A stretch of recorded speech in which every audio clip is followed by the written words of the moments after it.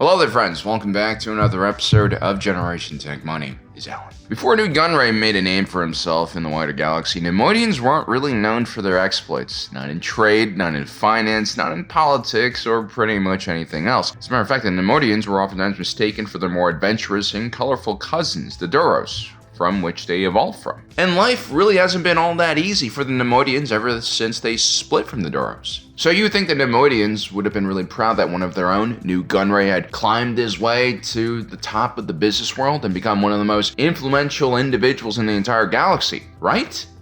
Well, no. Actually, wrong. Very wrong. Not only did Neimoidians hate Nute Gunray, many of his actions went directly against the traditions and cultural norms of the Neimoidian species. Probably one of the most misunderstood and aligned groups of aliens in the entire Star Wars galaxy.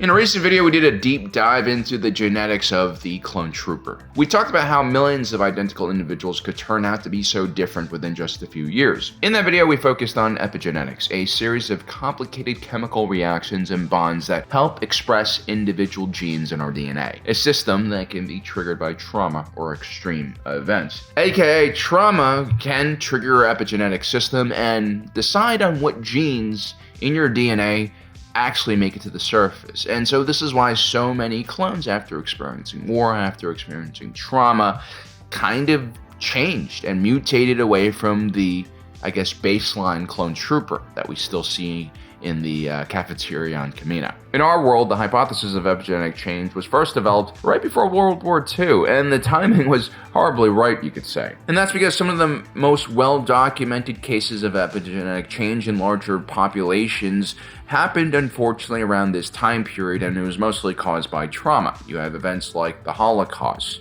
the Dutch famine, the Great Leap Forward, Stalin's purges. These events were so brutal that you can actually identify the changes in the DNA of survivors and even their offspring. And the Neimoidians, well, let's just say from a genetic and historic point of view, they've been subjected to some pretty messed up things, which have shaped how these species have grown from a genetic standpoint and also evolved their culture. So we mentioned that the Neimoidians come from the Duros. Well, that split happens roughly around 25,000 years before the events of the Clone Wars, or at least it started happening then. A Duros expedition under the leader of Chla Chachan settled on the planet of Neimoidia and founded a Duros colony. Neimoidia was quite different from Duros. Its climate was far more humid and wet. There was a lot more dangerous local wildlife, and perhaps most importantly, the gravity was a lot higher. And after about 10,000 years of continued habitation, the Neimoidians evolved into their own distinct species with a very unique culture. Now, Duros and Neimoidians are all born as larval grubs. They basically can't see, they can't really do much aside from find food and eat it. But the Duros raise their own offspring and have more of what we would consider a human-like family structure and relationship that we also oftentimes see as lower species evolve to become sentient. The Neimoidians went a separate way. Since the conditions on their planet were so difficult, they evolved a culture that favored the strong over the weak when it came to their offspring. And so they put the needs of the overall population over the needs of individual parents and their connection to their children. This is all mostly about survival of the species. This kind of reminds me of what the Kaminoans did when they were faced with tribulation and environmental disaster. As a result, Neimoidian grubs were actually raised in communal hives with very few caretakers, and these grubs had to compete against each other for food. And really, only the individuals who consumed enough could move out of the larval stage, which usually took 7 years. And so for every Neimoidian we see in society, there were probably dozens of other Neimoidian grubs in the hives that didn't make it or didn't feed enough to get to the next level and so were used as drones or slaves for labor. I'm not a big fan of moral relativism. I think some things that certain cultures do is barbaric, and it's okay to say that. As long as we also try to understand the context and why these traditions were created in the first place, right? My standing theory is that the first generations of Duros who settled in Neimoidia were forced to, again, take extreme measures in order to survive. They probably only had basic hyperdrives or used colony or sleeper ships or hibernation ships, and so they had to bring everything with them. They couldn't really go back for more supplies, and so they had to terraform the planet. They had to grow food and water, create shelter, protect their young and their communities from, violent animals or other hostile aliens. And that all takes precedence. Survival takes precedent over being good parents. That's how history has always been. And so when you simply don't have the time for childcare, you tend to pool your resources together and create these kind of communal hives. If you take a look at our own human history, there are a lot of pioneer groups, colonist groups that, go and venture to new areas and adopt very similar mentalities and structures for childcare. So I kind of understand why the Neimoidians had to do this initially, but what bothers me is that the Neimoidians kept on doing this when they became more prosperous as a society. I'm sure the practice of communal hives evolved a bit, it was probably less brutal, there were probably less deaths, but still, this is very much an important part of Neimoidian culture, and to understand them, you have to understand this process they go through as children.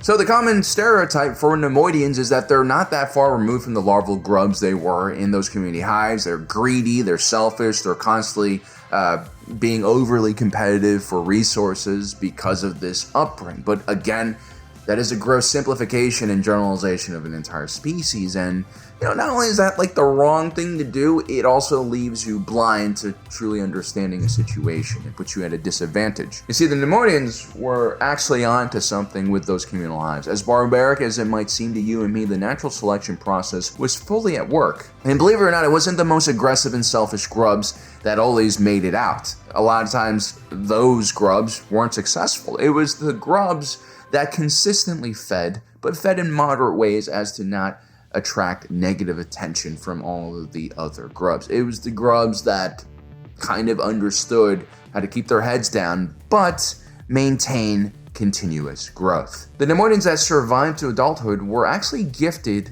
in risk assessment. These were pragmatic, careful, and rational individuals who at least did their due diligence and research before making a move. That is what actually defines Neimoidian culture. And it's kind of boring. This is why the Neimoidians are great at running freight. It's a very difficult industry. The margins are super low, and you have all these maintenance-heavy fixed costs like warehouses, spaceports, a giant fleet of vehicles you need to have constantly working or else you're losing money. You also have to deal with commodity prices, fuel prices, and for some reason, it's also a super competitive industry. And so you have to be very organized, very structured. You have to know how to assess risk, and you have to be super competitive.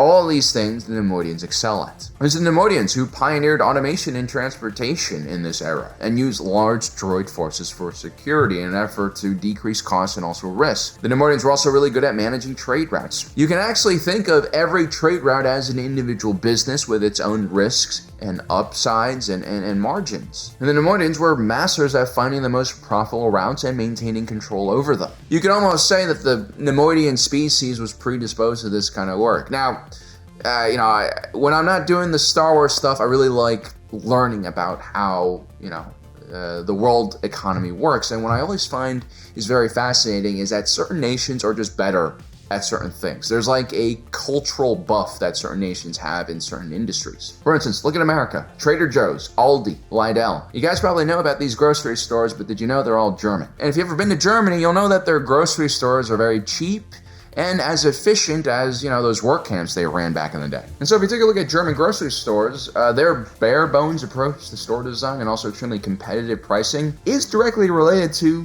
German society's frugality and focus on value for money. I'm pretty sure until recently, Germany had a law in their constitution that forbade increased deficit spending. It was called Schuldenbremse, which actually sounds like a German pastry or a baked good with honey and maybe cinnamon and pears.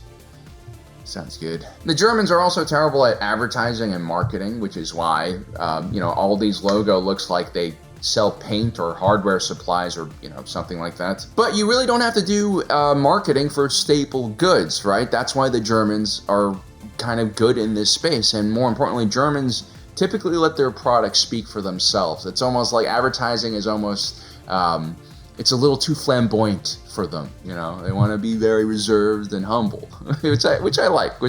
And so the Neimoidians, because of their history of suffering and hardship and their cultural upbringing, that makes them especially well suited for operating these thin margin transportation and freight companies. They're just calculating and cautious in how they deploy resources. That doesn't necessarily make them any more selfish or greedy than other cultures or businessmen. In 22 BBY, a horrendous series of explosions ripped through the capital city of Neimoidia. Neimoidia was one of the most prized personal first worlds of the Neimodian people, and it was famous for having massive cities perched on top of these gigantic chains that hung over foggy, acidic oceans. The explosions targeted one of these chains, and it was a huge disaster, like thousands of people died. But the moment the smoke settled, you had Neimodians of all walks of life, first responders, office workers, basically everyone came out and started digging out and trying to find survivors. Which brings me to this point: unless you're some kind of hive mind species, you really can't create a prosperous and stable civilization without this shared sense of responsibility and civic duty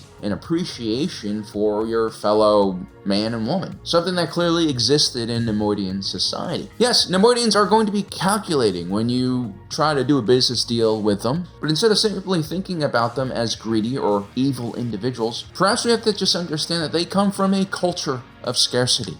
And this is just how they are. They value resources, they value credits at a much higher rate than someone who's from Coruscant, for instance, who has probably lived a very prosperous life all their lives and doesn't value resources nearly as much.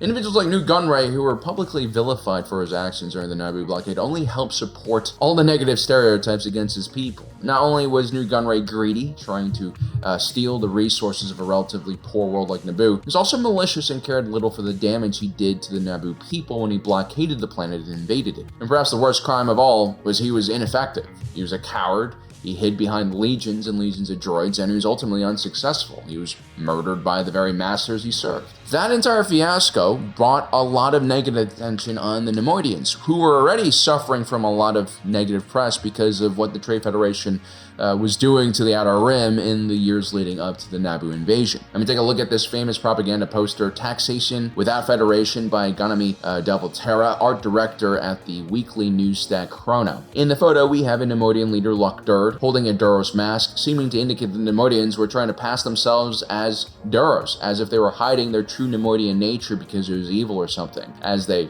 steal everyone's money. Imagine being a Neimoidian and seeing a poster like that. I'd be highly offended by it. I'd be uncomfortable with the fact that someone else is kind of painting this caricature of who I am, and so that when I meet strangers, they might assume that I'm like that picture, which is not good. I think you're beginning to understand why the Neimoidians hate Nute Gunray. His actions destroyed the reputations of their entire species, and reputation was extremely important for the Neimoidians, who again all came from nothing. These individuals had to climb over their starving brothers and sisters just to get to the starting line. And so the Neimoidians were very proud, but also very attached to their reputations. It means a lot to them. And from an economic point of view, the Neimoidians were much more like the Mun and the Bith. They valued steady and continuous growth, which was predictable, and that usually means modest returns compounding rather than large, risky, and extravagant ventures that Nute Gunray usually got himself involved in. If the Neimoidians were a hedge fund, they'd probably be trading like bonds and like corporate debt or something rather than going after even equities. And it should be noted that the Neimoidians were very law-abiding. They valued corporate contracts, rule of law, and not for ethical or moral reasons, but more because these things foster stability and make a much more predictable environment. In this way, the Neimoidians are more like corporatists. They support rule of law because, again, it allows them to do business and plan ahead. If you take the average Neimoidian, they would probably support the Democratic Party in the United States currently, as they are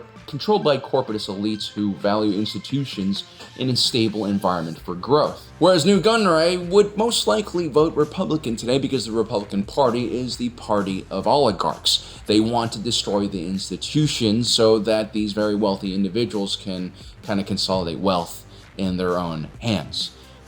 Either way, we're cooked as a country. So despite being the most recognizable Neimoidian in the galaxy, Nute Gunray is actually quite unique and different from most Neimoidians. He takes unnecessary and oftentimes highly risky moves that don't benefit anyone. Like the invasion in Naboo was just straight up dumb. I mean, why risk the reputation of your entire business just for one planet's plasma? Even if it is a protest against the cessation of the free trade zone, there are contingencies and shifts the Trade Federation could have done to maintain their profitability. I mean, look at a company like Disney. They've had to reinvent themselves for almost like a century, right? You know, first they created all these animated films, and then they created the parks. They always found a way to shift their business from other areas and continue surviving and growing. The Trade Federation could have easily also went this path, but no. What they did is the equivalent to Disney sending a bunch of their Disney characters to strong-arm Warner Brothers to sign over all of their IPs to them. Do we have a picture of Mickey Mouse with a machine gun, Congo?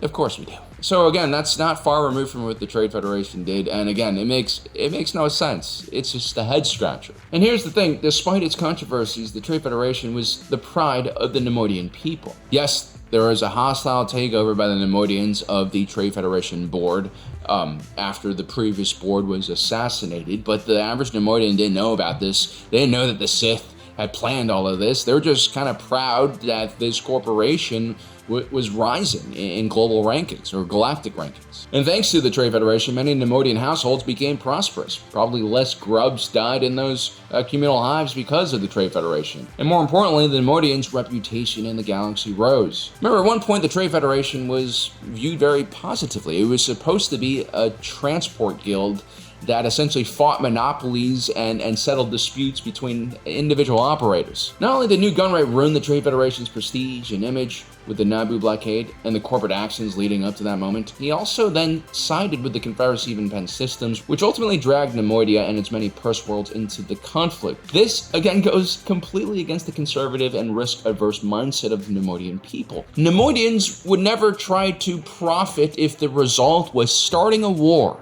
or potentially exposing your assets to military conflict. That's just not their style. The Clone Wars was extremely devastating for the Neimoidian colonies, trade routes, and just their overall wealth. And contrary to popular belief, the average Neimoidian wasn't cowardly like Nute Gunray. They didn't want to avoid conflict for the sake of avoiding conflict. The Neimoidians actually had a very, sophisticated and well-trained military. They had a very professional class of soldiers and security personnel. Neimoidians weren't afraid of fighting at all. They just disliked stupid fights, like the conflict Nute Gunray decided to get everyone involved in. The Neimodian people, the Trade Federation, could have easily enjoyed centuries more of continuous, moderate growth.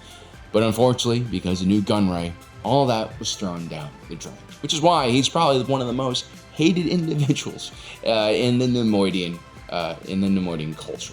Well, guys, I hope you enjoyed today's video. Don't forget to subscribe and hit that notification button down below so you don't miss out on the rest of our awesome content. As usual, my name is Alan, reminding you that my allegiance is to the Republic, the democracy. I'll see you next time.